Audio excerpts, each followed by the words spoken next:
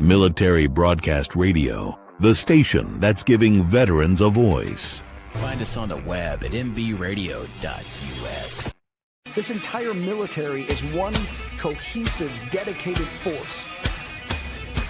And the threats to our nations, they don't sleep. They're watching our every move. Iran, Russia, China, North Korea, ISIS, Al-Qaeda. They may be watching this right now. Our military should not be mistaken for a cable news gabfest show. We don't care what you look like. We don't care who you voted for, who you worship, what you worship, who you love. It doesn't matter if your dad left you millions when he died or if you knew who your father was. We have been honed into a machine of lethal moving parts that you would be wise to avoid if you know what's good for you. We will not be intimidated. We will not back down. We've seen war. We don't want war. But if you want war with the United States of America, there's one thing I can promise you, so help me God. Someone else will raise your sons and daughters.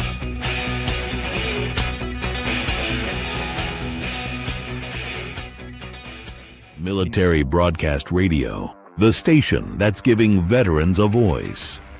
Find us on the web at mbradio.us. Opinions expressed in this program are those of the speakers and do not necessarily reflect the views or positions of any entities they represent. Find us on the web at mbradio.us. Join Terry with Tracer Rounds every Tuesday at 8 p.m. Eastern to hear interviews with veteran artists, veteran business owners, and businesses that support veterans. Catch us on Roku, Amazon Fire TV, and MB Radio. If you miss a show, you can listen again on Wreaths Across America Radio every Wednesday at 3 p.m. Eastern. Tune in to see if you are on target. MBR, giving veterans a voice. And you're on Military Broadcast Radio, and this is the Tracer Rounds podcast. And my guest tonight is retired Navy Commander Henry Rausch. Welcome, Henry. How are you? Thank you. I'm very good. Thank you very much, Terry, for having me. I'm really excited to have you. I got the book today, and so I kind of was paging through it. I haven't read it, so I can't say that I know exactly what it's about, but I know it's about submariners. I know that much. Yeah, and we call them submariners just because we don't like to be considered sub to anything, really. So Submariners. Got it. Okay. Thank you for that correction. I appreciate it. So can you tell us a little bit about your military service, like why you decided on the Navy and maybe how old you were when you joined up and just some facts around your service, if you don't mind?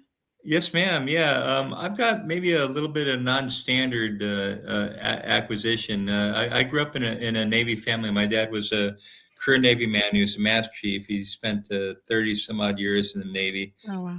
He was a corpsman with the Marine Corps in Vietnam. He came back really affected by that, and I talk about that in one of my books. I was the first fellow in my family to attend college. We didn't have a lot of money when we grew up. We went hungry a lot at the end of the month when the paycheck ran out. I studied really hard. I got a full scholarship to Stanford University. Wow. I planned on being a doctor, a physician.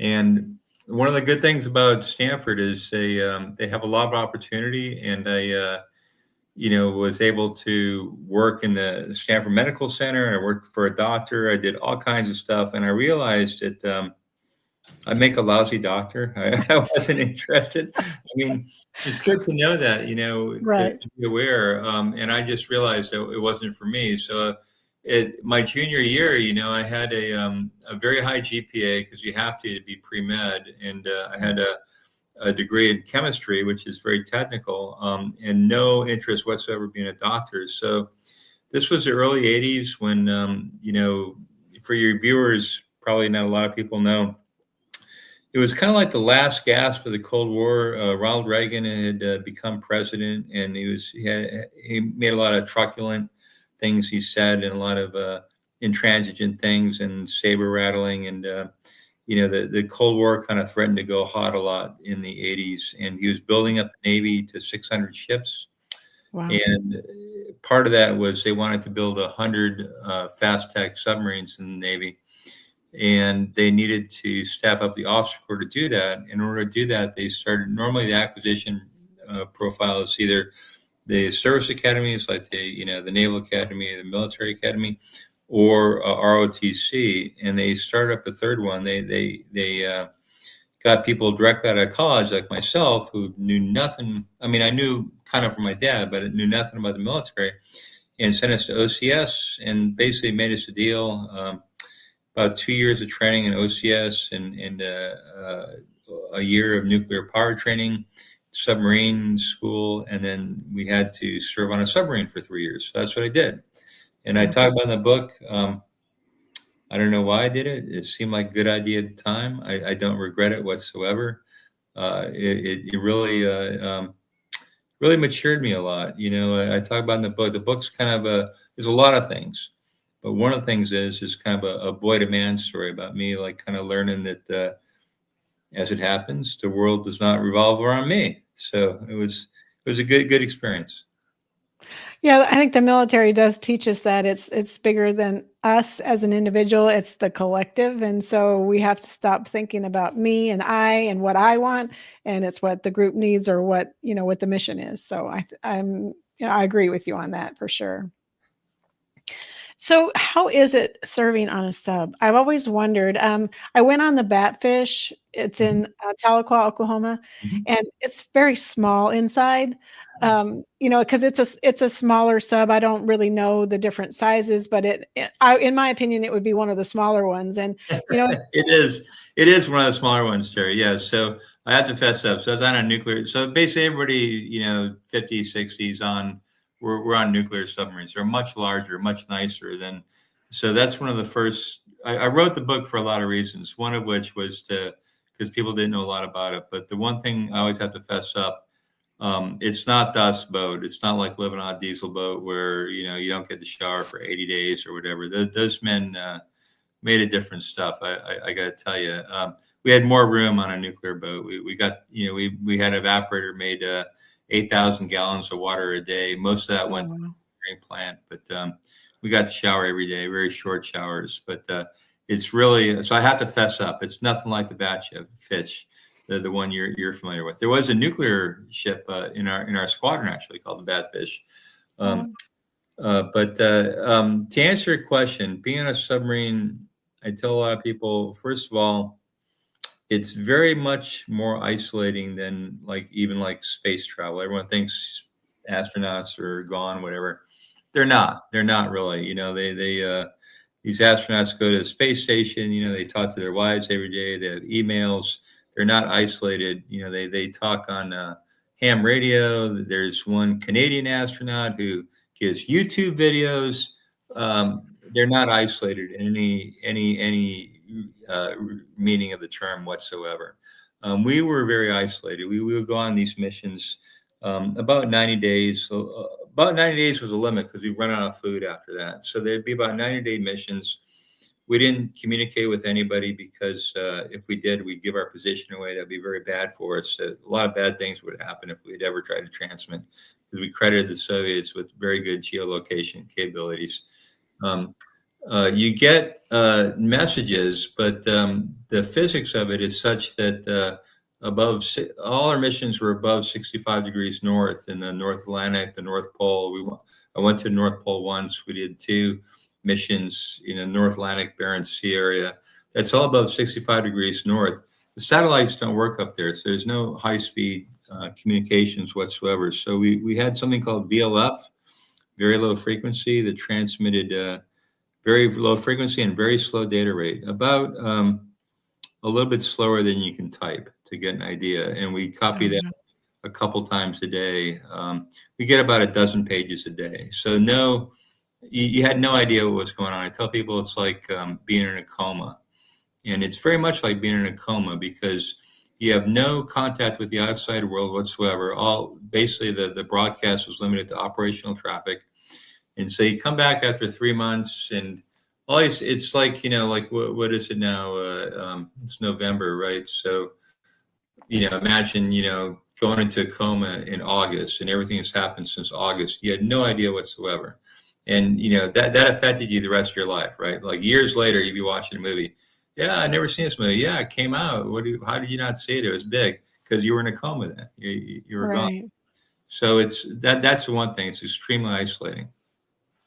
So does it, when you're on like a cruise ship, because I just got off one, so I know it's not the same thing. I'm completely good with understanding that. But on a cruise ship, after you get off, you feel like you're still moving with the boat to some degree. Do you feel anything like that when you come off the sub? Do you feel like, is there that same kind of rocking motion underneath the surface? Is it only on the surface where it does that?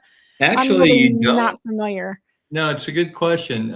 Actually, you don't, because we would travel hundreds and hundreds of feet below the surface usually, and you can't feel. You could have a full-blown storm and never know it, unless you went to PD in a storm, periscope depth. Sorry, then you would feel it rocking and rolling. But generally, no, it's steady. It's like being on a subway train. It's completely flat and steady. Now, I will say, sometimes we'd have to be on the surface for various reasons. Sometimes, like there's a whole big scheme of what's called water space management, prevention of mutual interference, where we route these blocks of water around to avoid submarines from, colliding with each other.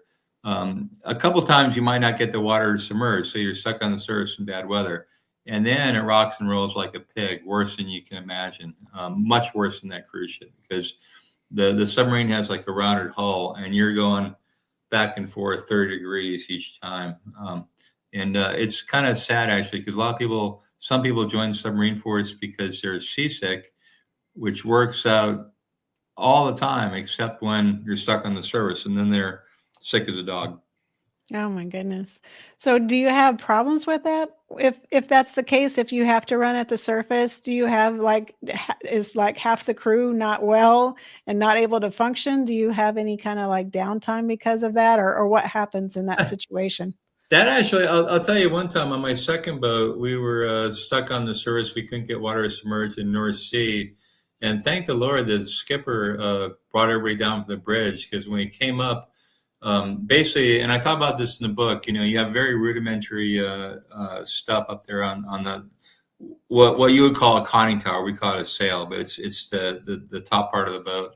Mm-hmm. There's like a 1-inch thick plexiglass screen that we would bolt in place. There was we call it the windshield, because it was, and there was also a mast headlight that was like a 1-inch thick rolled steel. And long story short, after the storm had passed, we came back up and came on the bridge, and that 1-inch thick plexiglass had sheared completely off, and the 1-inch steel bent back to 7 degrees. So anybody up there would have been dead. Just not even pass go or collect $200. I think just spectacularly dead. But generally, submarines generally only it's very rare to be on the surface. You generally only go in when you're transiting in and out of a port. I see. Well, I was wondering about that because I don't know much about that that type of mission set. I know that the destroyers and the aircraft carriers, they all go out, they stay out, and they're more like a cruise ship in that they have stabilizers in them that helps them not rock back and forth, don't they? Yeah, I think destroyermen would disagree with the idea they're on a cruise ship. It is. Honestly, obviously there's a lot of friendly rivalry between surface ship sailors and submariners. We call them targets. They call us bubbleheads, I guess. There's a lot of friendly rivalry, but arguably they do have it. In terms of material comfort, I don't think I'd ever want to be on a surface ship, quite honestly, because I think you are a target. But they have a night. We would go on a mission, and just give you an idea, I told you we could stay out for 9 days till we ran out of food, but that was based on, we would load up we load up all our storage tanks. That wouldn't be enough, and then throughout the entire ship, we would load 1 layer of number 10 cans. That's about a foot, Then we'd load a second layer of number 2 cans of food. So we'd have about 4 inches of headspace, and we walk over, hunched over, halfway through the run until we ate our way down through our food. Oh So my goodness. it's very cramped. The enlisted people, luckily I was an officer. I had my own rack. E5s and below shared a rack. You had either 2 men to 1 rack or 3 men to 2 rack. And a lot of guys would just curl up on deck plates. They wouldn't even. It was kind of similar to Das Boat a little bit. We had 2 guys living in hammocks in the diesel compartment. They liked it. We had a lot of guys. We just strap a piece of plywood on a torpedo, and they'd sleep on the torpedo. And 2 guys would share that one piece of plywood. So it's kind of rudimentary living conditions. Yeah, it sounds like it. It doesn't sound like it's a lot of good rest at all. Well, the other thing is, and I talk about this in the book, you're kind of in a perpetual state of exhaustion. They had this thing, they've changed it now, luckily. They had this thing, 6 hours on, 12 hours off, 18-hour days. But the fact of the matter is, it was kind of like an emperor's is naked kind of thing, where everyone kind of pretended to work, but it didn't work, because your circadian rhythm is 24 hours, right? So, basically you would go like about 30 hours with no sleep, and then you get down for about 6 or 7, and you start all over again. So you're always kind of in a perpetual state of exhaustion. Yeah, that sounds like it. It doesn't sound like that's too good on on your like mental state or your body in recovery or any of that. It sounds like. So do you have a lot of problems when people come back off of a deployment, 90-day deployment? Do they have some like real physical challenges when they come back because they're so exhausted, basically? Well, yeah, recuperation, and I got a lot of funny, stories in the boat. Like there was, the officers, well, everybody has their own place they rejuvenate. We did a couple of runs in the Med. We would refit in a little fortress island, San Stefano, which is off of La Maddalena, which is off of Sardinia, off the west coast of Italy, south of Corsica, and there was a place there called the Rook House. It was leased by the Navy. And I talk about in the book, it was leased by the Navy. It was a rest and recuperation place. If you've ever seen, I don't know, Das Boat, that scene, the beginning scene, the party where everyone's going crazy? That was pretty much a Rook House, I have to admit. We had some insane parties there. It turned out the person they were leasing it from, she was an English expat. Turned out she's a Soviet spy. So, the last time I was there, they had moved the Rook House somewhere else, so we had some there's always ways to recuperate a lot, but yeah, the mission itself is pretty grueling. Oh, wow. I think we're going to take a quick break, and we'll just play a Reese Across America quick commercial, and then we'll be right back with Henry Rausch. At Military Broadcast Radio, the goal is to offer a platform for mental health advocacy while connecting the military community through various media platforms. Founded by U.S. Army veteran Joel Hunt, MBR gives a voice to veterans, first responders, and their families through streaming radio, podcast, video, and outreach events. With its leadership run completely by veterans and hosts of the diverse programming from all branches of service, MBR was created as a response to the silent battles veterans face after service. Military Broadcast Radio is also a Wreaths Across America partner, hosting a $5 backed sponsorship group page. For every veteran's wreath sponsored through the Military Broadcast Radio page, MBR receives $5 back to help support their platforms and outreach. Veteran and first responder stories need to be told and shared. And with your support, MBR can continue to bring together veteran nonprofits, mental health organizations, and government agencies to bridge the gap between veterans and vital resources. To find out more and donate, visit wreathsacrossamerica.org/MBR. The station where our veterans' voices are heard. MBR Talk. Hey, thanks for supporting our channel by watching and listening. Find us on the web at mbradio.net. And we're back on the Tracer Rounds podcast, and my guest tonight is Henry Rausch, and he is a retired Navy commander. And we were talking about your book, and your book is called Submerged, and it's actually the little picture or jacket is behind you there on the wall, and I have it right here. And so what what prompted you to write the story? I've just read a few pages in, and I'm already very interested and invested in it. So, where did you learn to write, and why did you decide to write this story? So the answer to the second question first, I wrote the story, and I tell people this a lot. I give tours around the country for three reasons. One, I really realized people didn't know, just like we're talking about, Terry, about kind of like living in a coma for 90 days and walking on your food, eating your way to your food. Nobody had any idea what it was like to serve on a boat, and I wanted to get that out there. I'll give you an example. Like it's kind of funny. So I was reading in the Washington Post the other day.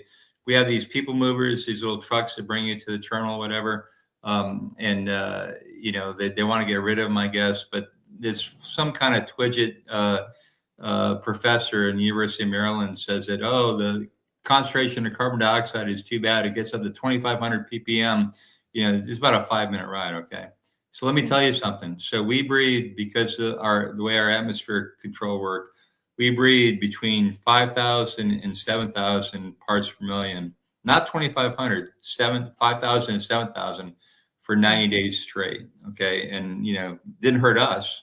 I mean, Right. we're crazy, but that's like a pre-existing condition. Right. So anyway, so people have no idea what it's like to be on a submarine, to be cut off, I thought about in the book, it's a bit sad, but like, my wife miscarried one time. I was at sea. I couldn't come home. The second time she gave birth, her life and my son's was in peril. She gave birth very early. It was an emergency C-section. They nearly died, on the operating table. I knew none of that because they wouldn't tell me. Just about a month after they were born, they told me, "Oh yeah, your wife's had a kid early. Oh, don't worry, everything's fine." I knew they were lying, but because they're not going to tell you. So Right. it's a very different experience. Not just for me, not making myself out to be like a victim, but for everybody. You've got a lot of people, men and women now, who are doing this. I think the people don't know. So that's one reason people don't know. Two, I kind of wanted to set it in amber because a lot of things have changed. We have different submarines now, and a lot of things have changed. We have women on submarines right now. The boats themselves are twice as big as the one I served on.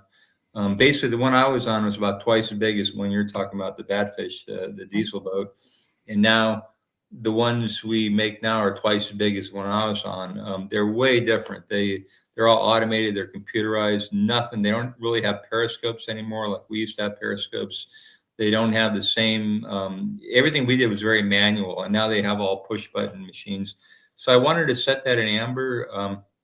Not that I'm the greatest writer, but there was a guy named Richard Henry Dana who went to a good college, Harvard. I don't think Stanford existed yet then, but he went to Harvard. And when he got out, instead of becoming a doctor or a lawyer or whatever, he went to sea on a whaling ship. And this was in 1840, and he went around the Cape Horn. So here's the thing. So he wrote this book called 2 Years Before the Mast. Okay. Mm-hmm. Regardless of what you think of the book, whatever, if you want to know what it was like to be on a sailing ship back in 1840, you read that book. Right. And I set out to write kind of the equivalent of 2 Years Before the Mast for that period, for 1980s submarining. And the other reason I wrote it, I was really dissatisfied with a lot of the biographies I'd read previously that, not calling anybody out, but I read every single submariner biography I get my hands on. And the lesser ones are pretty good. Some guys, were kind of browned off about the Navy, whatever. They're still good reads. But every single one read by senior officers, they were all kind of corporate men who kind of drank the Kool-Aid and gave me like kind of a whitewashed. Everything was great. The crew was so patriotic. The crew was so happy to be there. Everyone turned in, and it's like, yeah, that wasn't my experience at all. I wanted to write like a realistic, and that I've got a lot of really nice feedback from submariners that said like I really told it as it is. That really gratifies me. So that's why I wrote it. Those three reasons. Yeah, I mean, I haven't seen a story about submarines and the people that ran them or were stationed on them. So I'm really interested to read your book because I want to know about that life. Because my ex father-in-law, he was the one that served on the Batfish, and I heard a little bit from him, but he wasn't a super tall guy. So I'm like, he fit in the tiny little alleyway, in the bunks, because I was like, I don't know how he fit on the bunk because he's a bigger dude, and I was like, "How did he fit on this little cot? It's small." And he goes, "Oh, we shared it, like, so I got to sleep during the day, and then somebody else took it at night." And I was like, "Oh, and you shared bunks," and it was just so small. I'm really curious to hear more about how that works, and like you said, a lot of with no communication, it's, you're making decisions, life and death, um, potentially, because you don't have some of the information, maybe what's going on around you. You're just going by what you know to be true in the water. Did you ever have an instance where you were like, um, at the Russians or something, and they were like close to you, and you had to do an evasive maneuver, or you had to just stay silent? I mean, you see that in the movies all the time, like, all quiet, Sure, turn sure, everything sure. off, just stand still for a minute. Yeah, there's all kinds of movies like that. So here's the thing. So to be able to publish, if you've been on submarines or really been in the military at all, you have to get approval to publish your manuscript. Okay, and there's like everything in military. One, there's a process, and two, it's an acronym. So the process is called DoD Office of Pre-Publication Security Review, and the acronym is DOPSR, DoD Office of Pre-Publication Security Review.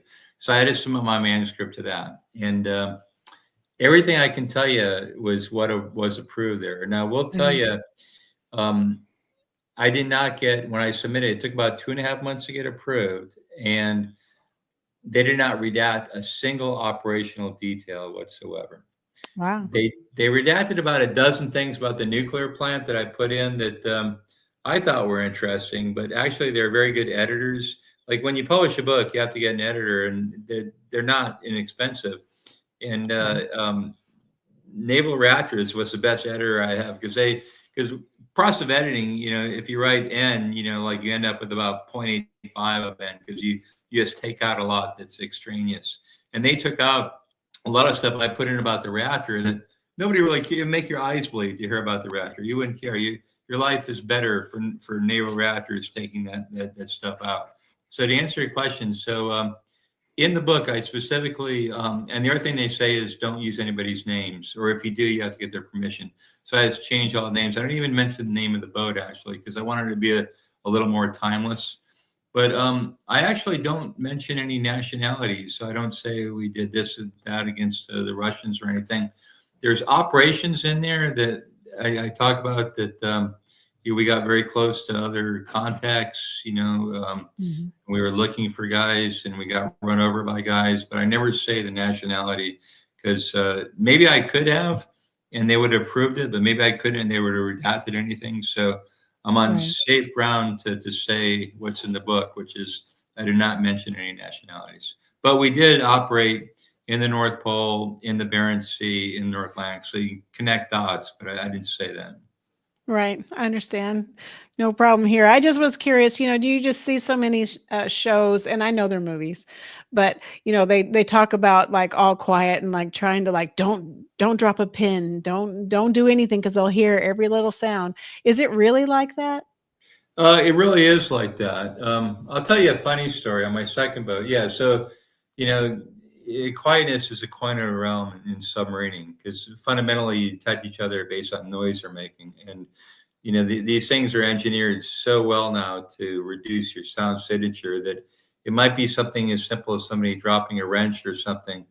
I'll tell you a funny story. I hope this isn't too off color, but it's funny. So my second boat, I was weapons officer, and one of the things I was responsible for was all sonarmen and all sound quieting.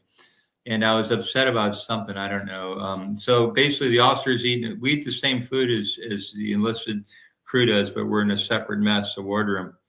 And we're served by crewmen, mess attendants. And I was going off, and I was very upset because somebody had made some noise, and it was my responsibility because it's very serious business if you're counterdetected, you make noise. Right. And the gist of it was, I was like, I'm going to take away, maybe I was kind of joking, but I was like, I'm going to, I think somebody had slammed the toilet seat down. And I said, I'm going to take away every single toilet seat off this ship. I'm going to throw it overboard. So long story short, the next day, when you're standing watch as officer to deck, whatever, you have to do a tour of the entire boat and report to the captain the readiness. Let me tell you something. In the cruise, the cruise has a couple of different heads. We call them bathrooms.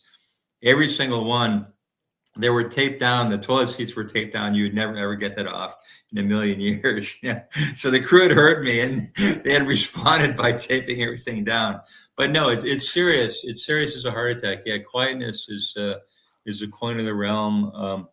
I talk about in the book, we had these floating decks that floated on, because basically when you submerge, the hull constricts, it gets smaller. And then when you go up, it gets bigger. And so you don't buckle the decks. You have these decks floating on cliffs that slide. And every time it would slide, it would make noise. And it was my job for them not to make noise.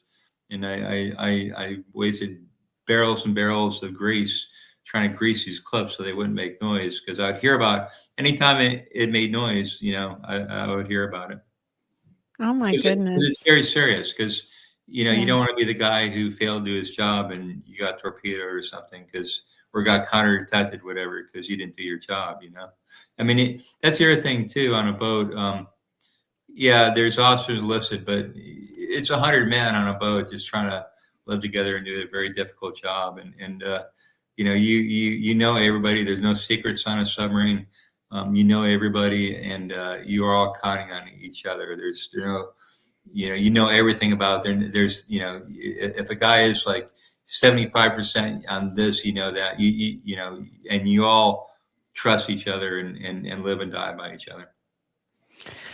I always wondered about that. And so hearing you say that, I mean, I just can't imagine having to be the one that's responsible for every noise on the vessel as you're moving through the water, or you're stationary to avoid being detected or whatever. I can't imagine trying to keep everything quiet. That's a big, huge ask and a big, huge job, I would think.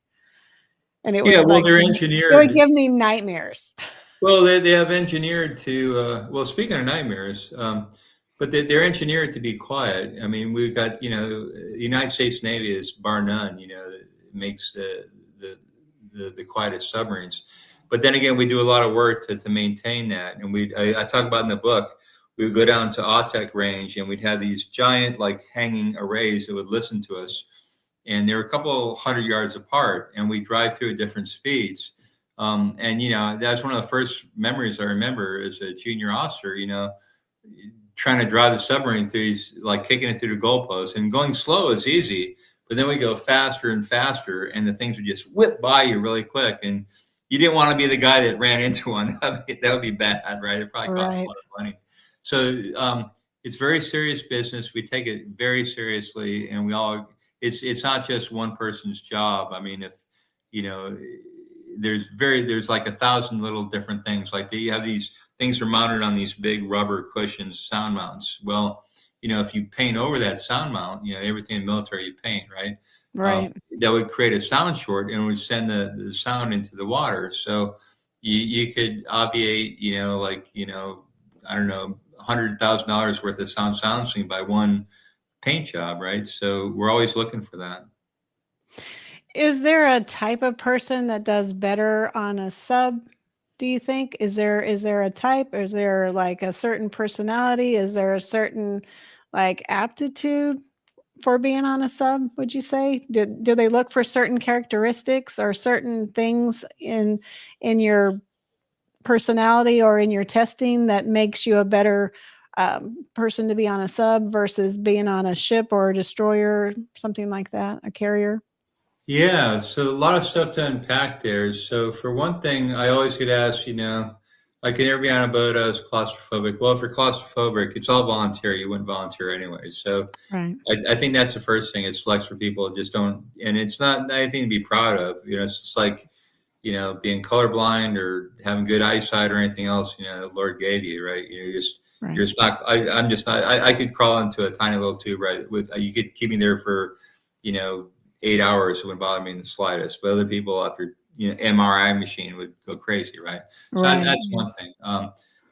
The other thing is, as far as the temperament, you are very close to each other, and if you don't have that capability to begin with, you develop it, or maybe seek other places to do. But you got to be able to get along with people, not love them, not be your best buds, but get along with everybody at some level. The other thing too, probably I don't think we have the luxury. It's the standards to become a submariner are really for submarine officers. Not to make a big thing of it, it's probably one level below becoming an astronaut. I'm sure pilots think they're kind of elite in a certain way, and that might be true in some levels, but every single submarine officer has to go back to Washington, D.C. and take a battery of tests, and then be interviewed with the Director of Naval Reactors, who is, I just missed Rickover. I had McKee in my time, but now I'm not sure who the Director of Naval Reactor is, but every single one, and that's a extremely high bar to pass. I'll give you an idea of how hard it is. I taught at UCLA between my two boats, and I had people volunteer send back. I sent back about 24. One out of that 24 was approved to be a submariner. Oh, wow. So, and that's the other thing I want to bring up here. I always thought, 100 men on a boat, whatever. Now we have women, and I was talking to somebody else about this. The demographics are such, we cannot afford not to have women, because the standards are so high. I'm not sure we can get enough men to staff up the submarine fleet we need. We need every person that can qualify, because very few people can qualify to be a submariner. So that's probably the biggest thing. And I'm not aware. You'd have to ask somebody else, maybe a psychologist or somebody associated with the problem. I'm not aware of any specific kind of screening that was done.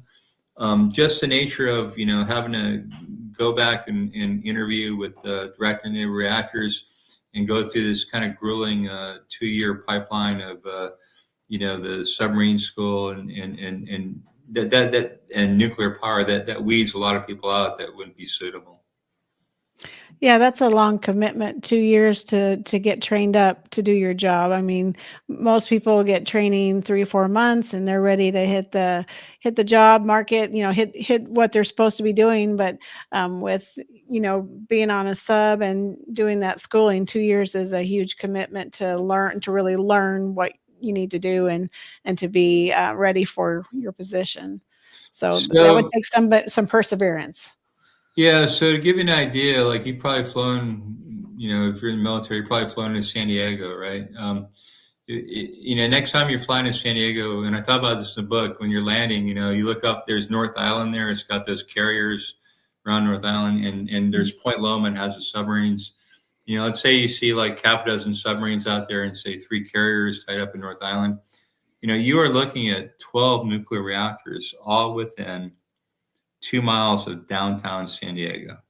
Wow. 12 nuclear reactors within 2 miles. How is that possible? How does the state of California, which you all know is kind of, green, whatever you want to say, how would they let 12 reactors be within 2 miles of downtown San Diego? The reason they do is because, the naval nuclear program is bar none, the most excellent program there is there. And that's what you get for that 2 years of training. You get a nuclear program that's bar none to anybody on the planet. I agree with that. I do. Our Navy is the best. I definitely agree. I couldn't be on a ship or a sub. I don't think that I'm a ground pounder. And I think because I got off the cruise, I was like, yeah, so probably the land is where I need to be. I think I joined the right service. I think the Army was my calling. Oh, well, my hat's off to you. I mean, tell you the truth, Terry, being in the Army seems like camping with guns to me. I mean, camping is good for like a weekend. I don't think I want to do that any longer than that. But then add the guns, it's like, oh my God.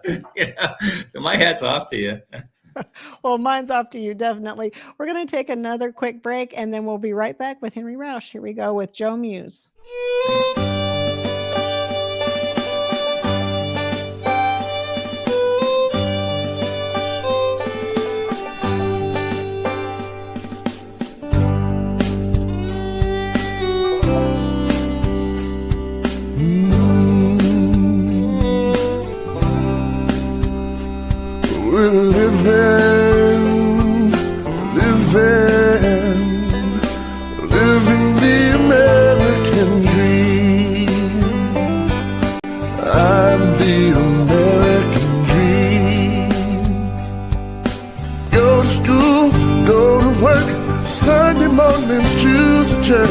Tender games I plays, PTAs. Drive our cars, flying planes, take the buses, take the trains, walk the beach, ski the slopes, living out our dreams and hopes. We're living, yes, we're living the American dream. We're the American dream. Thank you, soldier, sailor, airman, guardsman, and marine. Thank you all for fighting for our freedom and our dreams. Protecting our Constitution, guarding our homes and towns, defending our shores, seas and skies, and putting boots on the ground. Some gave all for me and you. We served the red, white, and blue. Protecting the American dream.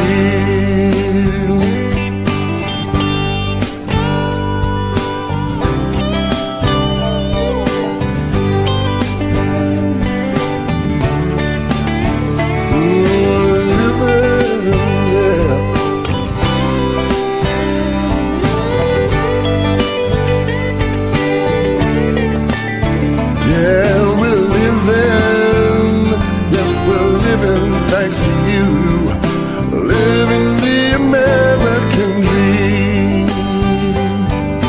We're the American dream.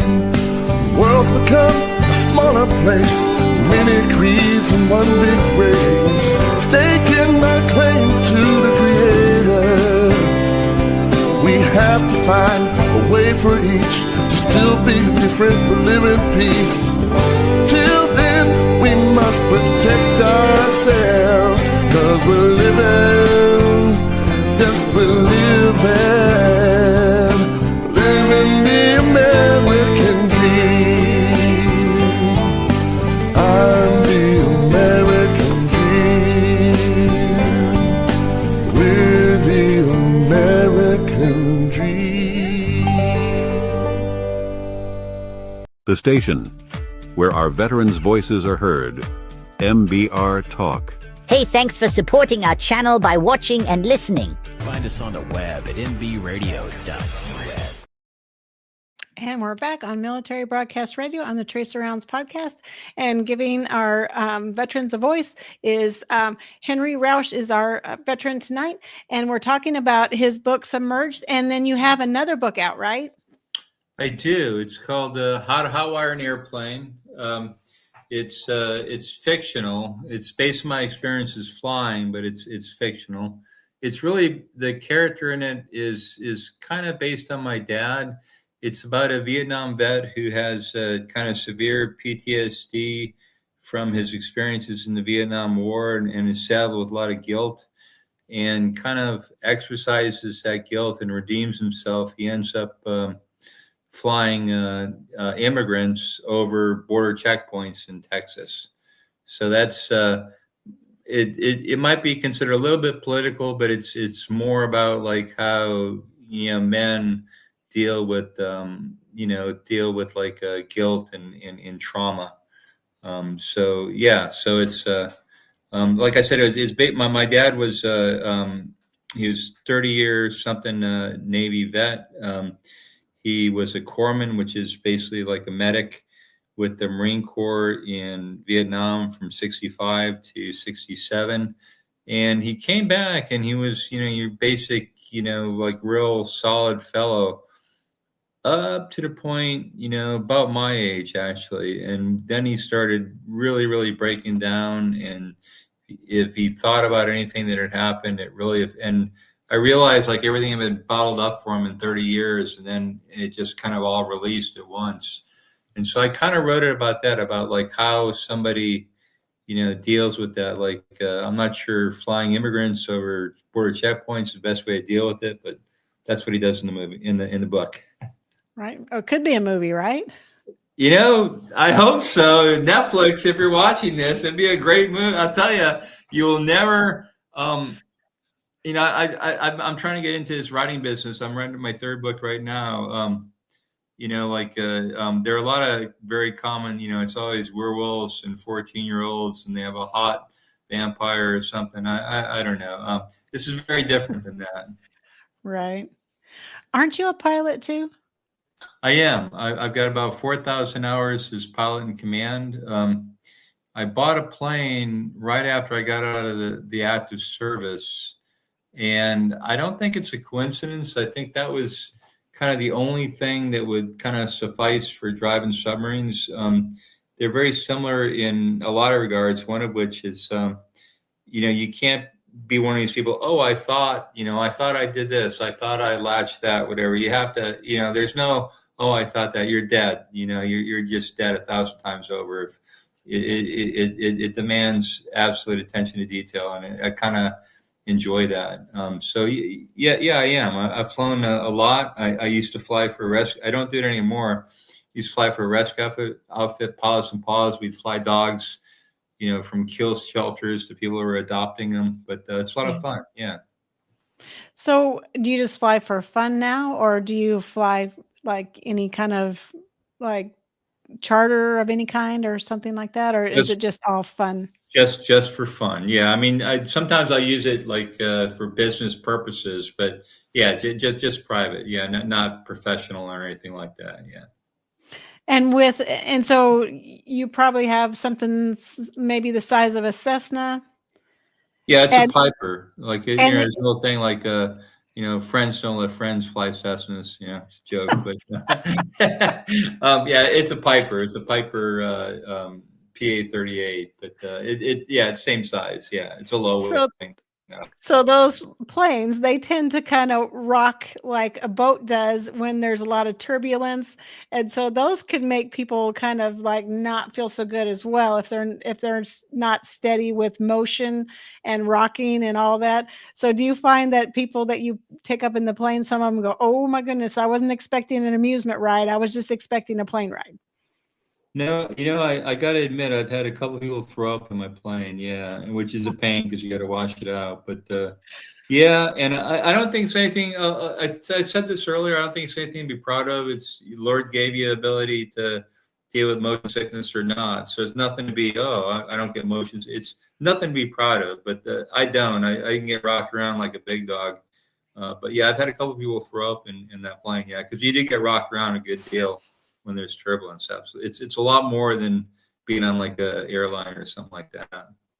Yeah, definitely. My uncle is also a amateur pilot, and he took me up, and I I didn't have problems with it, but I could definitely tell I was in a smaller aircraft, and it kind of did the rocking thing because the winds were kind of, I don't know how many knots they were blowing, but it was a little rocky and a little rough.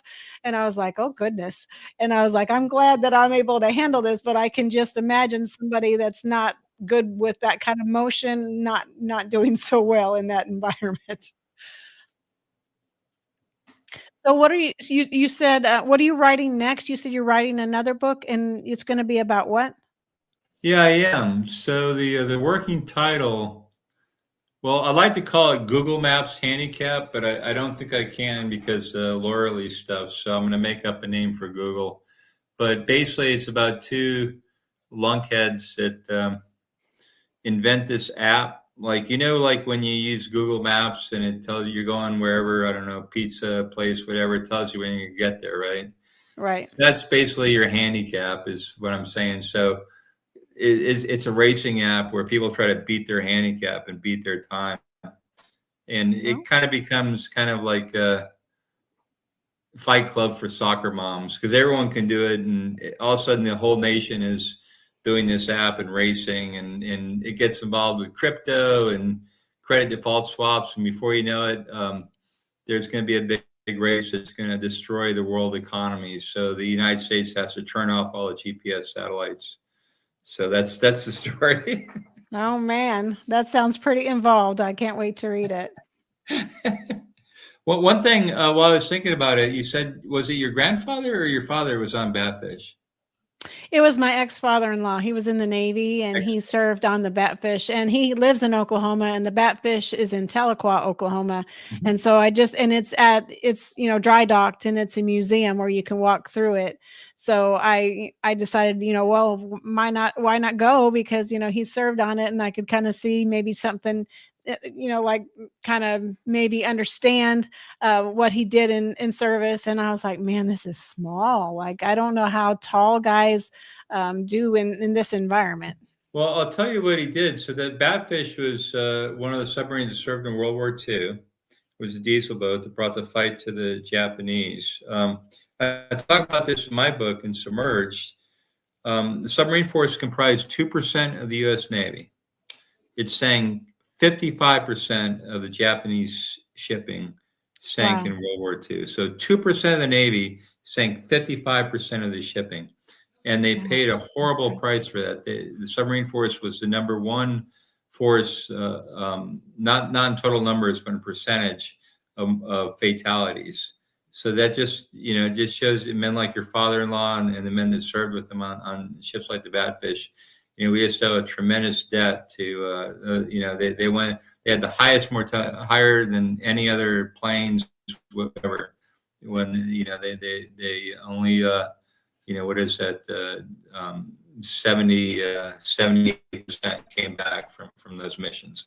Wow. And like I said, they 2% of the Navy, sank 55% of the Japanese shipping. So we owe a real, and I talk about that in the book, we owe a real debt of gratitude to them.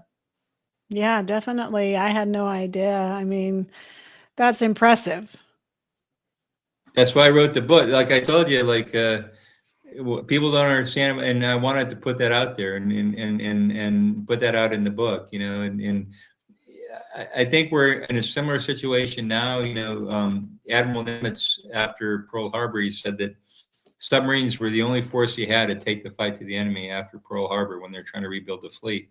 And we're kind of like that in there now a little bit with it. There's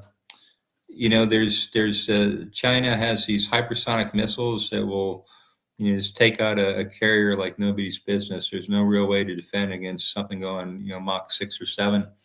And Wow. So all the service ships have to stay away about, the longest range we credit now is 1,200 miles right around Guam.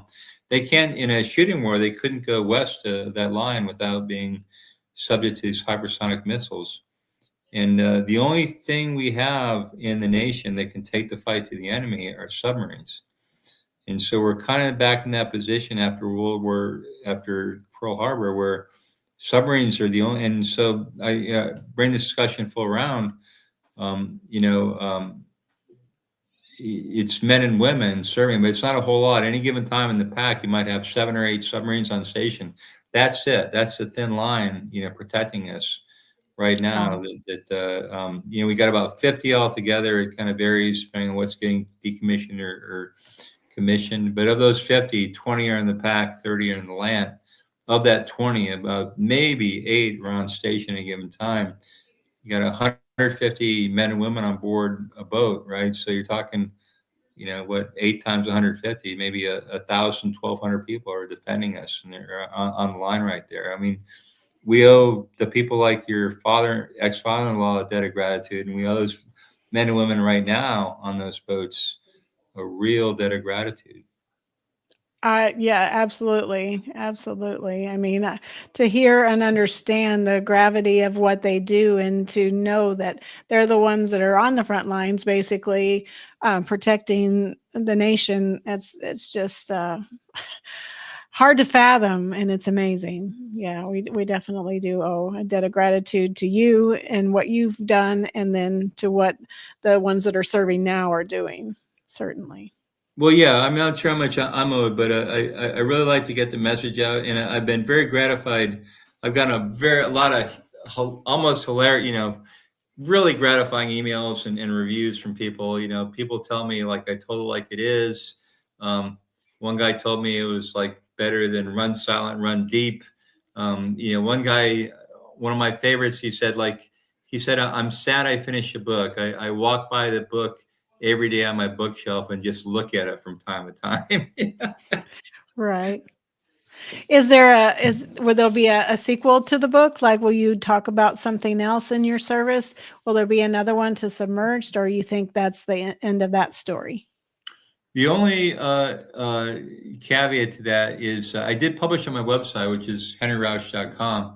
I published a couple chapters that I had taken out due to space limitations, and I just got some feedback. Actually, somebody told me, I should have kept in that one chapter because it's really good background. It talks about that whole kind of thing that was going on in the 80s.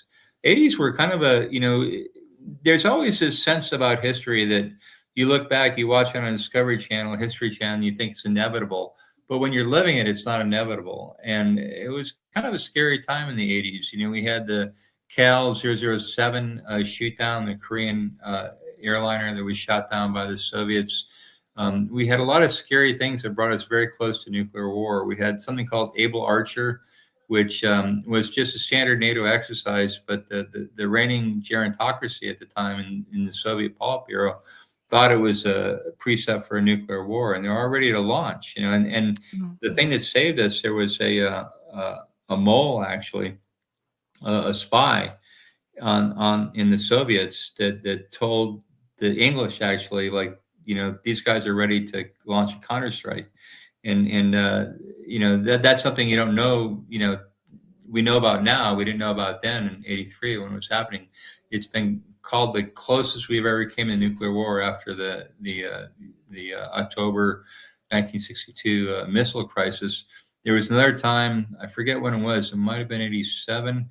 The electronics goofed up, and it looked like to the Soviets that were launching a big strike against them. And there was a lieutenant colonel in charge of the missiles that day, and Petrov, I think his name is, and he says, I don't think it is. And he decided not, of his own accord, completely legally, he decided not to launch. Well, he's been credited as a person that saved the most lives, the single person that saved the most lives in history, because he was supposed to launch a counterstrike against us, but it was just the electronic gizmos. My larger point is that there was a lot of stuff going on. It was very much a sense we're at the Wolf store then during the 80s. Yeah. Well, I really appreciated our conversation tonight, but is there anything that I didn't ask you that you want to talk about, or any parting words you want to give to the audience before we get off the air tonight? Well, let's see. I think I got everything I wanted to. I just want to thank you, Terry, for your opportunity to talk and hopefully, read my books, and I hope you enjoy them. And Absolutely. Yeah, it's not just the submariners. I didn't want to come across totally parochial. Just when you go to bed at night, I think Winston Churchill said it best. We sleep soundly at night because there's rough men and now, rough women that are ready to do violence on our behalf that keep us safe. Yeah, that's true. Yeah. I like that quote. I hate that that's the reality, but that's the reality, is there's people willing to stand in the gap and be that person that stands up for others. And so we appreciate what you've done in the service of the submariners of your time and the submariners that are